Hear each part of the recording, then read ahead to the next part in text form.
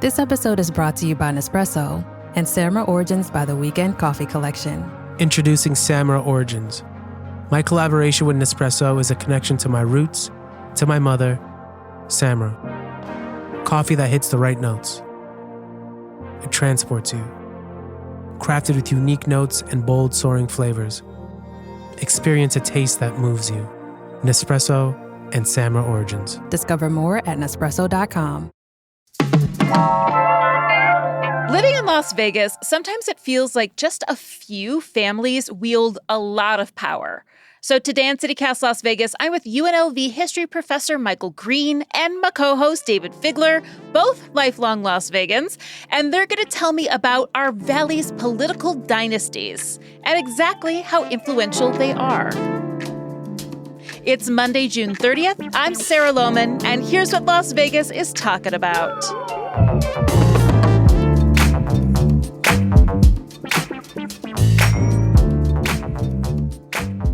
Dayvid and Michael, how valuable is it for a candidate for office in Las Vegas to have one of those family names? You know the ones, the Goodmans, the Reids. We'll get into it. Is there a lot of value there, Michael? I think there's some value. I'm not convinced it's overly valuable, mainly because of the growth, how many people have moved here recently, where if you said to them, Harry Reid, they'd say, oh, wasn't he the guy who was in office and Isn't that the airport? Yeah, his name's on the airport. Well, yeah, Who knows? there's that. Yeah. Who knows? But other than that, no. But I do think it can help you in a smaller race. Maybe you're in a city or a particular district or something like that. And then I think it can be more helpful. But also, money's the mother's milk of politics, and if you have those family connections, that can help you. That's what I was going to ask. So is it a big help with fundraising? Oh, yeah, it's huge help with fundraising. But I'd also add to the astute history professor's list of benefits is that you get some really good jobs that place you in a good position to then advance through a political career. I see. So, if you go into law and your dad was this person or your mom was this person with this name, in Vegas, juice is everything. And you kind of get into these better positions that maybe others don't have the same opportunities. And then you capitalize and continue to, as we say in Vegas, parlay it into these bigger spots. So, yeah. But fundraising is a huge one. I mean, just a recent example, our district attorney is named Steve Wolfson. He has a daughter who went to law school. She got a job at the Las Vegas City Attorney's Office, having a very normal and, undistinguished career as far as, anything really big. They only deal with misdemeanors over there, no real super high-profile cases or accomplishments to that end, just being a good lawyer. And she raised more money than anyone has in the history of the race for Las Vegas municipal court judge. She outraised her opponents, many of whom had far more experience than her and had done a lot more in their careers by I think 10 or 20 to 1. And she won it handedly in the primary. So does having this name recognition ever backfire? Is it ever a bad thing? Oh, I think it can be. I think one of the best examples of this, back in 2010, Harry Reid's running for a 5th term in the Senate, and Rory Reid, a 2-term county commissioner, his oldest son, is running for governor. And in fact, there was talk that Harry Reid felt it would be unwise to have Rory on the slate for his own reelection. But I think it hurt Rory Reid to be on the ticket with Harry at the same time. That maybe they were trying a little too hard to dominate politics, Maybe just a little. Yeah. So let's name check some of the biggest ones. We already mentioned the Reids. Anything to add to the Harry Reid and Reid family sagas? Well, let's not forget that Harry Reid, from his very modest and humble beginnings outside of Searchlight, Nevada, where his mom did laundry for the brothels, rose to prominence to be the most powerful Nevadan in history with regard to position in government. I mean, he was the Senate Majority Leader. You got to kind of be the president or vice president to be a little bit more impactful than that. And a lot of people never noticed his daughter-in-law, Cindy, was on the Board of Education. which isn't the biggest, most important board in a lot of people's minds, although as an educator, I tend to think it's important. But she used the Reid name in her surname, if I'm not mistaken. Yes. Mm-hmm. What about the Neals? I've been prompted to ask you, Mike, to tell any story about Joe Neal. Well, Joe Neal was the first black state senator. He was elected in 72, and he served 32 years, which isn't going to happen again because of term limits. And he got a nickname when there were 20 state senators. His nickname was Old 19-1. He was usually the great dissenter. But Joe Neal worked for RICO. He was involved with the test site. Interestingly, one of the few Nevada politicians to say good things about the potential for a nuclear waste repository, which hurt him more, I think, than even his liberalism when he sought higher office. But something worth noting about him that we forget. We associate him with civil rights, getting Martin Luther King Day passed and so on, and representing West Las Vegas. But he was basically the state senator behind the fire codes after the MGM and Hilton fires in 80 and 81. The casino operators were fighting the tough new fire codes after the MGM tragedy, and then the Hilton had a fire. And that did it. And Neal was really the guy who shepherded this through. And we tend to forget that he was also a very effective legislator when he had the chance.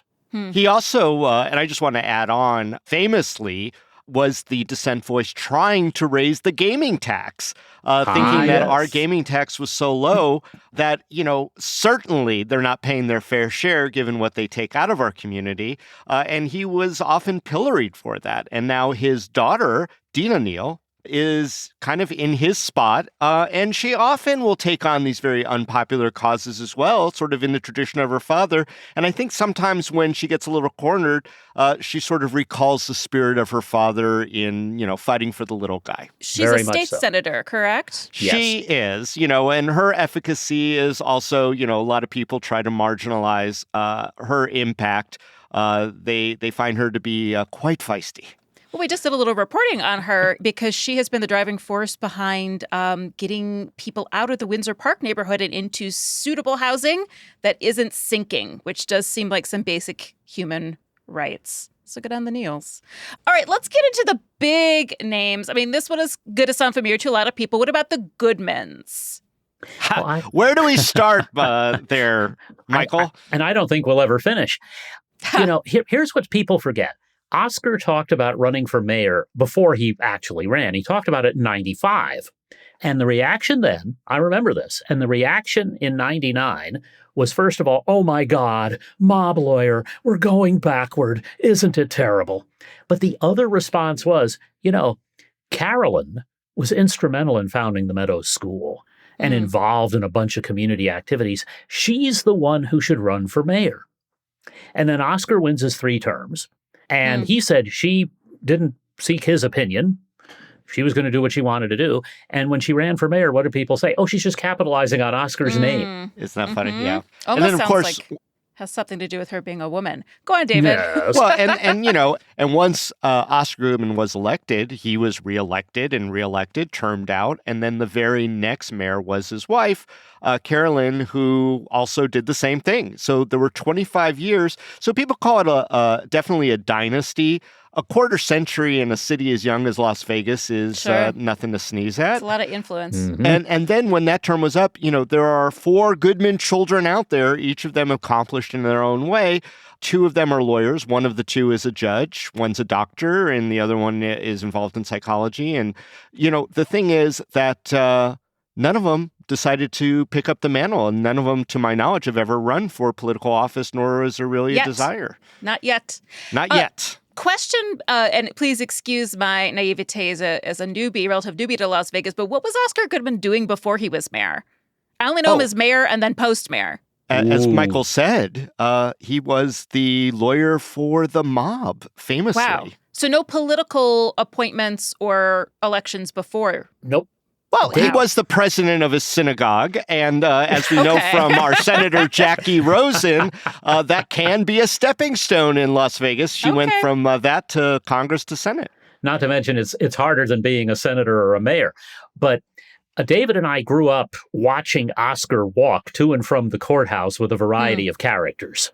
I mean, I have so many Oscar Goodman stories, including when he and I went out to lunch and we had to leave the room because he wasn't allowed to be in there with certain people. It was a whole thing. Wow. I will say that he did appoint me to be the municipal court judge. That was his doing. So hats off always to my good friend, Oscar Goodman, who is celebrating, I think, his 50th birthday. Why? Yes. Why? He's getting up there. He had to leave the room because they were clients or people he was suing? There was two of his different clients that are in there that if the federal government saw him and these two clients who were there separately in the same room, we would all be arrested for RICO. That's what he said. There you have it. But I believe him. Yeah. All right, well, let's go to maybe cooler territories. What about the Cortez family? I assume this is a Catherine Cortez Masto relation? Our Senator Catherine Cortez Masto grew up here in Las Vegas, probably a very proud Clark High School graduate, and she was involved in a lot of different stuff. And her dad was an attorney, the longtime head of the Las Vegas Convention and Visitors Authority. He was a member of the Clark County Commission. I will say that, people used to say, well, being on the Clark County Commission was the most powerful position in all of Nevada. But I would say that being the head of the LVCVA is a arguably much more powerful position, certainly as it has evolved. And Manny Cortez, her dad, was certainly very, very high profile. Mr. Cortez has a school named after him, I think him and his wife. And so, she became a lawyer around the same time that I did. And then she worked as a civil attorney for a little bit. And then Catherine Cortez Masto ran for attorney general. She won that race. And now she is our senator, our two-term senator. She's the senior senator from Nevada.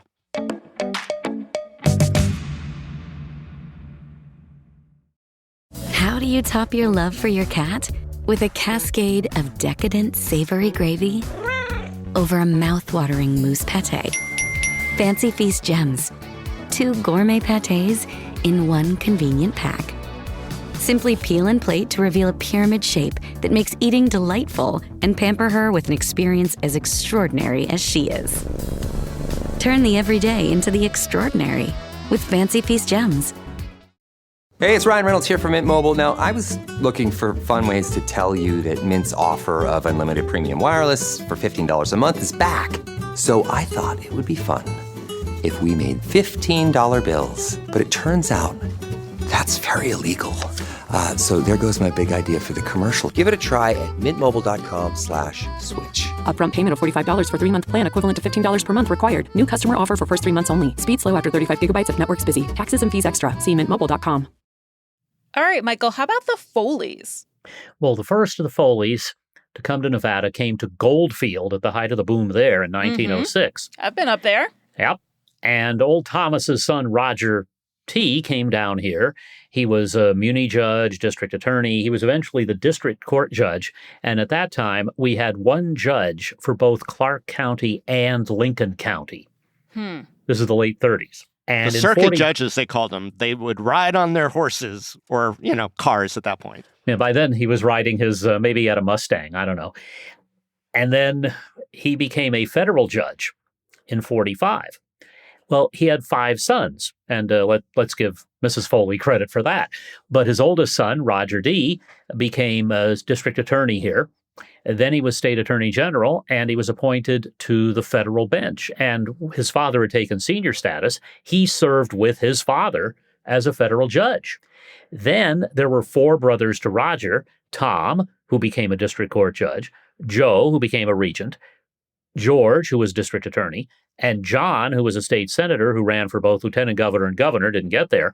But at one point, between Roger D's DA and AG years, the 5 brothers were a law firm. Eventually, Joe's daughter, Helen, goes to the legislature and is a major lobbyist now. And several of the other kids have been very active in the community. And the Foley Federal Building downtown is a testament to their importance. It's kind of funny because Roger D. is on a tape that was made of a few people discussing mob connections here when he was district attorney. And it wasn't that he was mob connected. They said he's a bit of a moral reformer. Well, Lily St. Cyr was performing at the El Rancho Vegas, and he had the show stopped because she was stripping. And so for years, he got ridden about that one in Las Vegas, for heaven's sake. Of all places. All right, David, we're going to come back to you. What about the Goins family? The Goins family, the sure. Goins. North Las Vegas royalty. So way back when, the patriarch, I guess, of the Goins family, Theron Goins, was the... Theron Goins. Now, there's great a name. Yeah. Mm-hmm. And he was one of the first, if not the first, Black man to serve on the city council of North Las Vegas.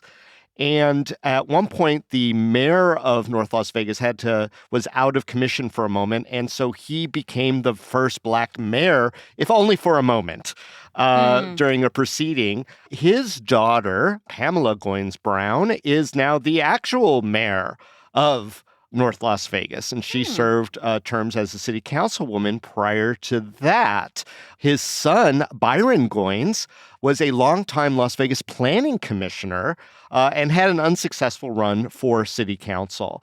But the Goins, I mean, talk about, there's parks and schools and all the other stuff. And so, if there is a Goins on a ballot, certainly that person is at some degree of an advantage, especially in that community, having been there for so very, very long.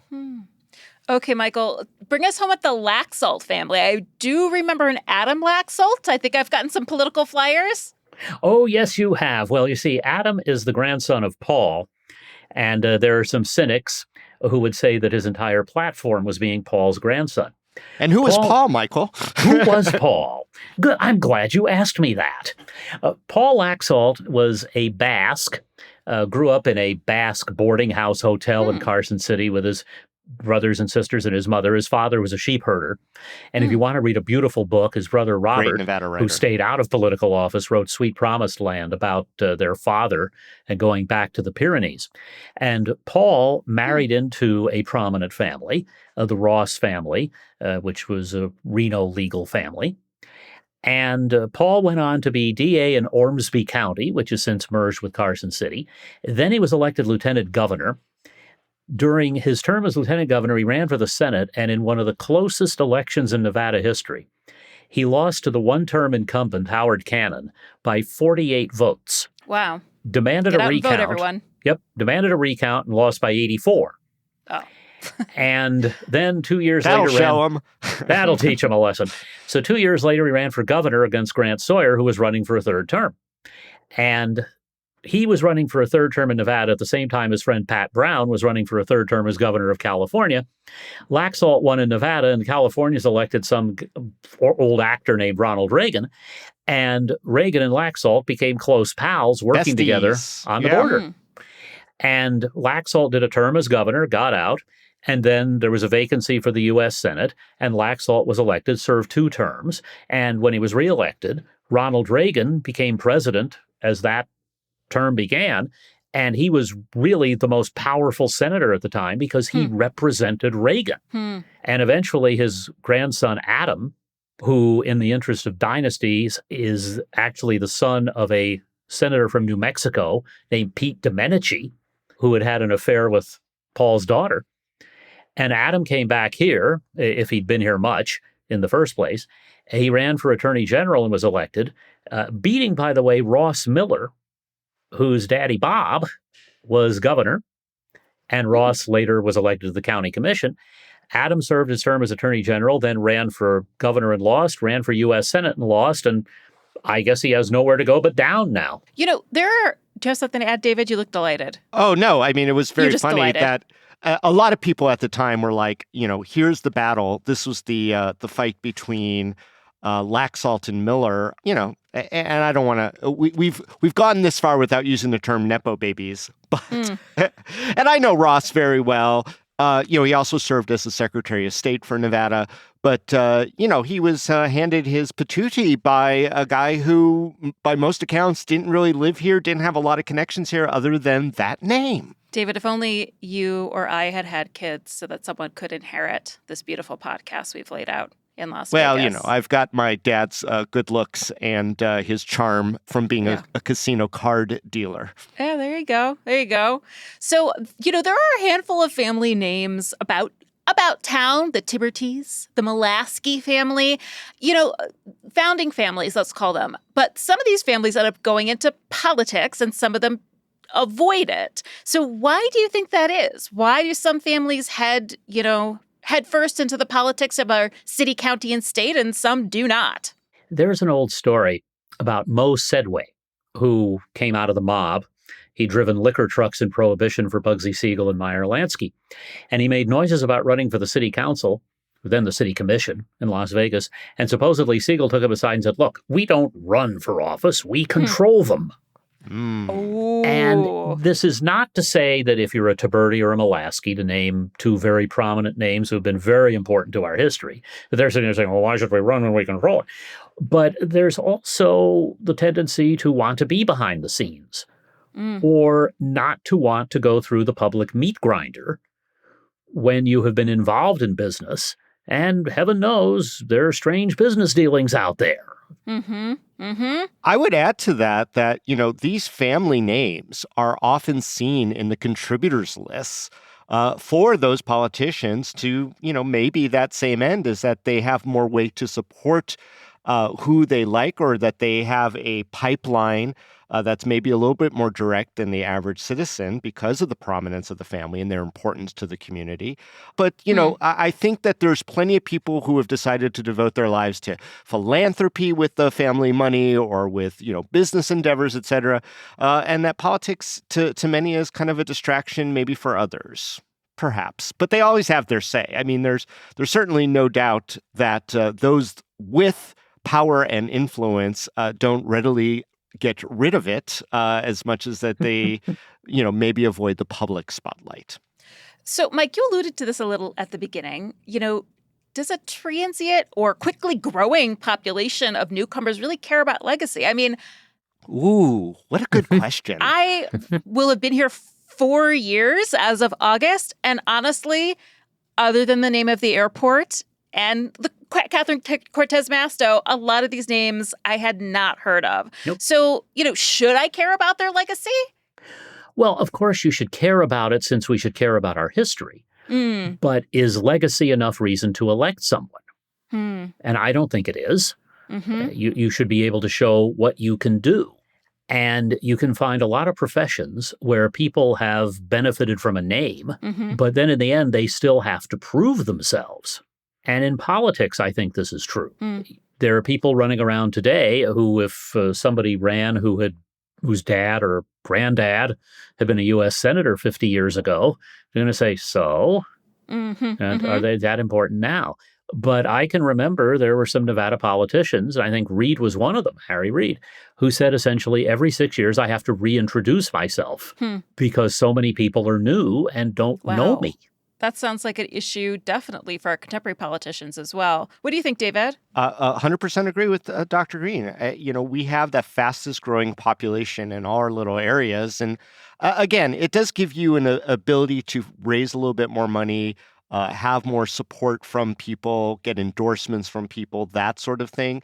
But at the end, you would like to think that people who come here who aren't recognizing the name will do their best to figure out and vet. But, I guess sometimes it becomes a war of how many signs are out there versus who's going to be the best person for the interests of the community. Well, Dr. Green, Judge Figler, thank you so much for your time today. I appreciate it. That was fun, Sarah. Thank you.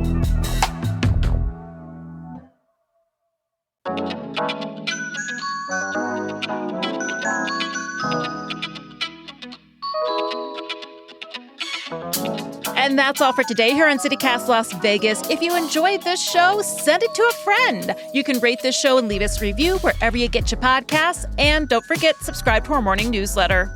We'll be back tomorrow morning with more news from around the city. Take care.